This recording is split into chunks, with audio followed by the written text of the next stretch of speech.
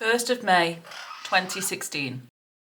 This was the very first day that I uploaded a video to my channel and the day that my channel officially started. Now, when I first uploaded this video, I had no intention of actually making a YouTube channel or actually trying to make content specifically for YouTube. The only intention I had was to have that video there available for my memories so that when I got older or a few years passed and I'd forgotten what I'd done that year, I had things to look back on, to enjoy and to remember. And weirdly enough, that video started getting views. And this threw me for a bit of a wrong one because I wasn't expecting this video to do anything. I wasn't expecting it to get anywhere or be seen by anyone. And then within 15 days, I actually got my very first subscriber, which I was very surprised by. I didn't really know what to do with this information. I'd seen that people were making money on YouTube and I'd seen that people were quite popular, etc., but I didn't think anything of it. Like, why would I? Why would I think anything of that? Anyway, I continued to upload videos to this channel. And again, these videos were mainly for my memories. I was making videos of the races that I did through the year. I made videos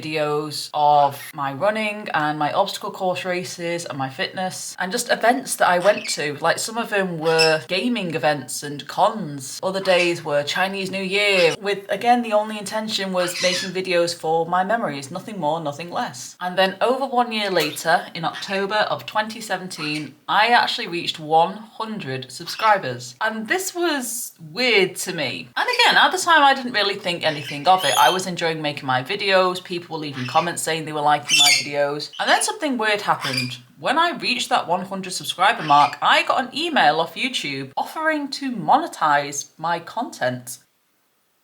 I was like, what? You want to pay me to keep putting videos on your channel? Okay. So I read the email and sure enough it said, you have now reached 100 subscribers. You have 10 videos on your channel. This makes you eligible for YouTube monetization. Because yes, back then the requirements were that low. You only needed 100 subscribers and 10 videos on your channel to get monetized. And I couldn't believe this. I was dead excited. So I applied for monetization and sure enough, I started getting paid from YouTube.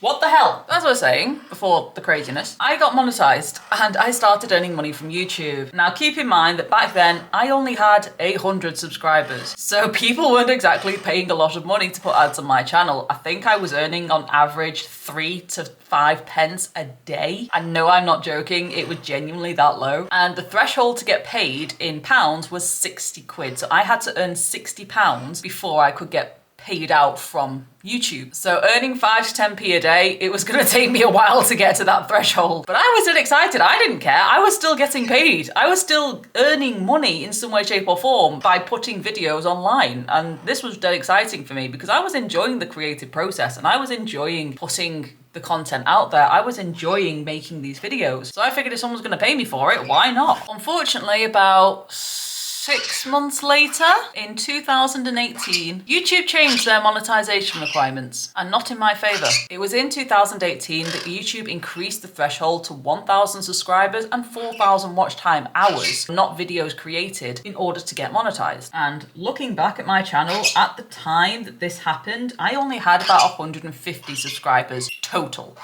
That was it. That's all I had. Unfortunately, my monetization requirements got taken away. And at the time of my monetization requirements getting taken away, I had only earned about 30 quid on YouTube at the time, total. I wasn't even at the threshold to get paid out yet. So that money was just sitting in Google AdSense, waiting for me to earn enough money to actually get paid, which wasn't gonna happen now that I wasn't monetized. I was a bit demotivated by this, I'm not gonna lie. This really started to hurt the feelings. Since I got monetized, I started getting really regular. I started posting more vlogs. I started posting more content because I was getting excited to earn money, and then it got taken away from me. Now, when this happened, to say that I got angry is an understatement. I was furious when this happened. I reduced the amount that I was posting. Instead of posting once a week, sometimes twice a week, I ended up posting maybe once every 2 weeks because I got demotivated. Like, I got really upset at the fact that they changed the monetization requirements on me just a couple of months after getting monetized. And I feel so sorry for the people that got monetized and then it got taken away a week later. I can't even imagine how bad that was for them. Then at the end of 2018, I had a lot going on in life. Things were changing, things were going mad, things were going crazy. I had God knows how many job changes. I was feeling lost as a person. I was working like mad, so I wasn't doing any events and I couldn't really vlog. I didn't have time to edit. And so I went for a period of about 2 years of only uploading 3 times a year, if that. I barely posted at all from November 2018 up until the following year, November 2019. Then in November 2019, I decided to give this YouTube thing a go again, and I started posting more regularly. I started posting regular content again. So at the time, it was mainly fitness content. It was still vlog-esque, adult gymnastics, going to Ninja Warrior. It was basically my fitness journey and me trying to become a fitter, healthier person. Again, a couple of runs, a couple of birthday vlogs, and adult gymnastics. I was doing a lot of adult gymnastics at the time as well. Then I tried a nutrition and fitness plan, and that didn't exactly go as planned. And I basically vlogged that because I was trying to get more into vlogs, and I was trying to do fitness vlogs because I really enjoy doing fitness vlogs. And again, some pole dancing content, quite a lot of pole dancing content actually, because I was in the middle of getting ready for a competition. Then, as we know, in 2020, COVID hit. And I felt very defeated at this point, and this was probably the hardest time of my life. Now, you'd think with COVID and everyone being locked at home and locked indoors, I would have loads of time to start making content and editing videos. No, I had the complete opposite experience of the rest of the fecking planet. Unlike everyone else that got to stay at home through COVID and rest and relax, granted slightly stressfully because of anti-socialism, I got the complete opposite. I had to work. At the time, I was working in retail, or when it first started, I was working in retail. And because that retail shop sold food, we were classed as key workers. So unlike everyone else that was relaxing at home, I was working extra hours every single freaking day. My colleagues were coming down with COVID left, right, and center. I came down with COVID on one occasion and had to take a week off work. I was pretty bad with it at the time, not to the point of going hospital, but I was in bed for a couple of days. And because of my colleagues being ill, I had to work extra hours. I was working 45, 50-hour weeks on average. And I was getting really stressed and infuriated with it. I was getting stressed and infuriated with the customers because they were getting stressed and infuriated with us because of the rules and everything we had to have in place to keep them safe. And I couldn't cope with the stress. It was annoying the hell out of me. I was never at home.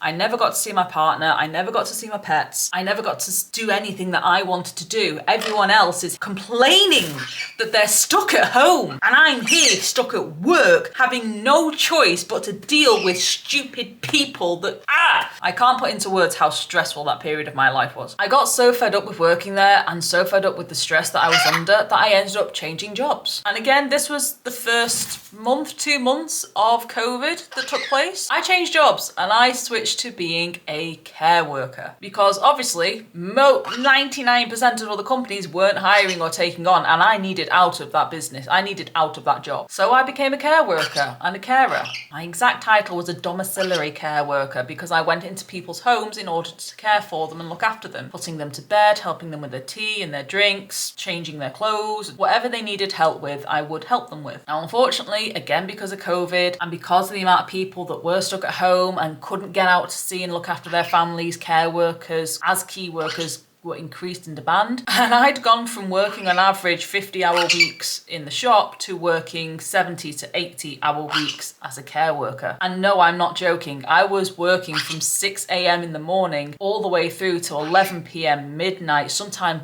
on one occasion I was working till 1 a.m. in the morning and then had to be up at 6 a.m. the next day in order to get back out to work. But the worst part about it was care workers are paid pittance. They claim to be over minimum wage, which you do get over minimum wage. You only get paid for the time that a client has booked you for. So for example, if you're paid to stay at that house for 30 minutes, you only get paid for that 30 minutes. The 20 minutes it takes you to drive to the house, and then the 20 minutes it takes you to drive away to the next patient, you don't get paid for that 40 minutes. You only get paid for the 30 minutes that you are caring for that client. On top of this, if the client is in an emergency situation and are waiting for an ambulance and you have to wait with them to get this ambulance, you again only get paid for that 30 minutes. Even if that particular job, because of the emergency situation, takes you 2 hours, you don't get paid for that 2 hours. You get paid for the original half an hour that you got to stay there. I'm not joking. I was working on average 16-hour days and getting paid for 10. I was working 6 hours for free because it was classed as commuting and not working. So when they say it's above minimum wage, it is. But when you actually work out how many hours you genuinely work or are genuinely away from your house versus what you get paid, it's actually less than the minimum wage by quite a long way. And again, because I was working so much, because I was working these massive 80-hour weeks, I physically couldn't post to YouTube. I physically didn't have time to edit. But I still had a few videos in my backup file, so on the rare occasion that I did have a day off, I did try to do some video editing and did try and post whenever I could. But due to my busy, hectic schedule, I just couldn't keep up with it in the long run. So again, my videos started falling short and I stopped posting as regularly. Once again, I tried again in 2021. And again, some things had changed. At the end of 2020, this little thing came into my life. Say hi. Good girl. And to be fair, she brought me a lot of happiness and helped me de-stress in a time when I was most stressed. And thanks to her, I got a lot of inspiration to start doing YouTube again, and not only YouTube, but also to start a completely separate second channel based purely around parrots and her particular genus. And surprisingly, that channel has actually gone really, really well and is actually quite close to monetization at this point. Not quite there yet. You're about to poo. You're about to poo. Come on. Hi Lyra. It's still not monetized nearly 3 years later, in fact over 3 years later. I'm actually coming up to year 4 for that channel. Their channel's still not monetized, but it is getting there. It is actually quite popular. And thanks to this new motivation, I did manage to push out a few more videos. Then in summer of 2021, everything went to pot. I got a phone call from my partner's job to say that I needed to come pick him up because he was really badly ill. I brought him home and we ended up having to go to A&E that very same night, because it turns out his appendix had burst and he was potentially not going to wake up in the morning if he didn't go to A&E. That was scary and stressful. Now, at this point, I had changed jobs again and I was working for an old boss of mine, and thankfully she was really understanding and let me have a few days off just to recover from the stress of Jason going in for surgery. And again, I was working and then having to look after him and help him with his recovery, so YouTube was at the back of my mind. Even the parrot channel wasn't getting as much attention and was getting posted less to because of that. But then finally, in what appears to be November 2022. Now, because I was struggling with time and because I was struggling with what to do next and what to make and what to do, and I didn't have time to make these long form content videos, shorts were getting posted at the time. Shorts were getting highly promoted by YouTube. So I thought, yeah, why not? I'll give it a go, and started posting shorts. And they blew up. Like my very first short, I nearly had a heart attack because it got up to 50,000 views in the first day. I was gobsmacked for a start. I was genuinely shocked and I suddenly shot up. My subscriber view from that one video suddenly took a massive jump. At the time, I had 409 subscribers and it suddenly shot up to 500 subscribers because of that one short. I was shocked. I could not believe it. As I continued to post shorts, I started growing faster and faster and faster, quickly going up from 500 to 600 to 700. And then I finally peaked out at around 780. And it was around about the 780 subscriber mark that I noticed something about the shorts on my personal channel and also on the parrot channel. The shorts were actually having a massively negative effect because as my short views increased and as my subscriber count for shorts increased, my long form content views were not getting looked at. And I actually made an entire video about this phenomenon on their channel, which I'll leave a link in the description below for anyone who is interested in how the shorts affected our channel. I decided to delete them all. I got rid of them. I didn't want to be a short form and long form channel because one affected the other in a negative way. I wasn't getting anywhere with shorts. My shorts were getting on average 20 to 30,000, maybe 2,000 views. I wasn't exactly going to hit the 10 million view threshold for monetization that way anyway. And if they were having a negative effect on my long form content, which I actually wanted to make, I'm not exactly going to do something that is going to have a negative effect on something I like. That makes no sense. So I stopped posting shorts. I stopped posting shorts altogether around April of 2023. And then in about November, December 2023, I deleted them all from my channel. I didn't want to see them anymore. They were upsetting me and affecting me in a very negative way. And again, if you want to hear about that,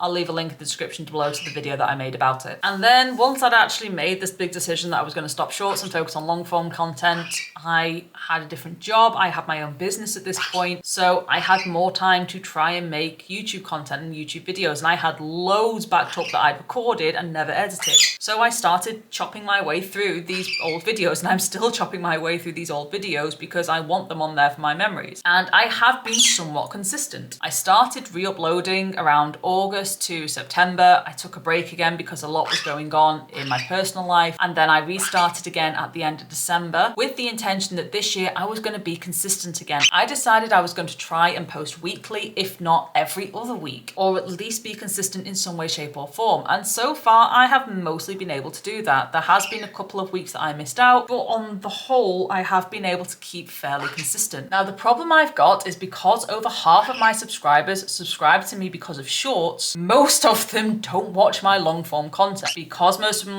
don't watch my long form content isn't doing very well. Because my long form content isn't doing very well to my subscribers, YouTube isn't pushing it out to the wider audience. Or maybe they're just that bad. Maybe my videos are just that rubbish no one wants to watch, which is fair enough if that is the case. But when you're going on your analytics and it tells you that it's only shown it to 100 people, of course it doesn't have many views because you've shown it to 100 shorts viewers and they're obviously not going to watch it. But here I am again, trying again to start uploading regularly to YouTube. I've rebranded my channel. My channel is now called Chimera Calisthenics because the channel's always been about fitness and it's always been about me trying to get healthy, me trying to get healthier, and due to personal things, I've always been very unsuccessful with it. But I promised myself at the end of 2023 that this year will be the year that I genuinely, truly do my best to start and try. And I don't have a calisthenics person's body. I'm right at the beginning of my calisthenics journey. I can't even do a push-up. I can't do a chin-up. I can't do a pull-up. I am at the very, very, very, very start of my calisthenics journey and learning calisthenics in general. I have every intention of going back to aerial acrobatics and pole dancing because that was actually really, really good bodyweight training. But again, I want to make this kind of fitness type content. I still don't really care that much whether or not the channel gets many more subscribers or whether or not my videos do get many views. I just kind of wanted to share my story that not everyone on YouTube is a success. And some people can be like me. They can be on YouTube for up to 8 years and even more so and still not be monetized. At the point of making this video, I have 794 subscribers. So I don't even have 1,000 in order to get monetized in the first place. And I certainly don't have the watch hours. I've got like 200 watch hours at best at the moment. It's really bad. And you know what? I'm okay with that because this YouTube channel has actually helped me a lot. And what I've learned from actually having this YouTube channel for over 8 years now, some people would say a very unsuccessful 8 years. What I have learned from it is that sometimes persistence and dedication and shut up! But what I have learned from it is that persistence. You're not joining in with the video. Persistence, dedication, and patience does pay off in the long run. It's taught me that just because something is a failure doesn't mean you should give up on it. It doesn't need to be successful for you to be able to enjoy it. Things don't need to be monetized in order for you to find enjoyment from it. But the thing that YouTube has actually taught me more than anything is that not dedicating yourself to your job and letting your job take over your life is probably the most important lesson anyone could ever learn. You only have one life and it's short. It's really short. Don't waste it working 50, 60, 80-hour weeks at work for no benefit when you can't even be home to enjoy it. That year over COVID where I spent working my arse off, I was miserable. I was unhappy. I was stressed on a regular basis. And I wanted nothing more than to be able to actually edit the videos that I was making. And I couldn't. I wanted nothing more than to spend time with my family. I wanted nothing more than to spend time with my pets and my friends. And I couldn't do any of that because I was working 70, 80-hour weeks. I guess what I'm trying to say is if you really truly love something and you're truly passionate about it, maybe it'll be a good idea to make more time for it because life is only ever going to be miserable if you don't make time for the things that make you happy. That's all I've got to say. And I really need to leave for work because I need to start work like now if I'm not going to be late. But thank you very much for watching this video. If you are interested in watching my videos, I have 6 years worth of content for you to attempt to enjoy. And I'll also be making more content about my calisthenics journey and what it's like trying to go from someone who is overweight and is obese, trying to get into a very fit, athletic sort of level of fitness. If any of that does interest you, please consider subscribing and thank you for this last 6 years or for this last 8 years. And I guess I'll see you again soon. Bye-bye.